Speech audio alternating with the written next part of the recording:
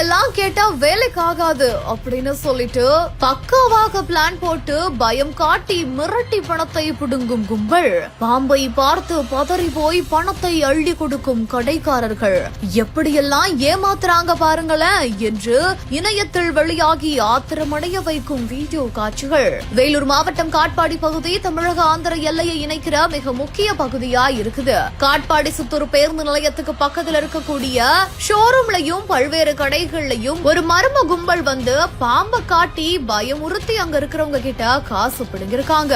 ஐயா அம்மான்னு கேட்டா பிச்சை போட மாட்டாங்க, பாம்பை காட்டுனாதான் பயந்தாவது பிச்சை போடுவாங்க அப்படின்னு பக்காவா பிளான் போட்டு ஒரு பெண் உட்பட 4 பேர் பாம்பை தோளுக்கு மேல அசால்ட்டா போட்டுக்கிட்டு பொதுமக்கள் கிட்ட யாசகம் கேக்குறாங்க.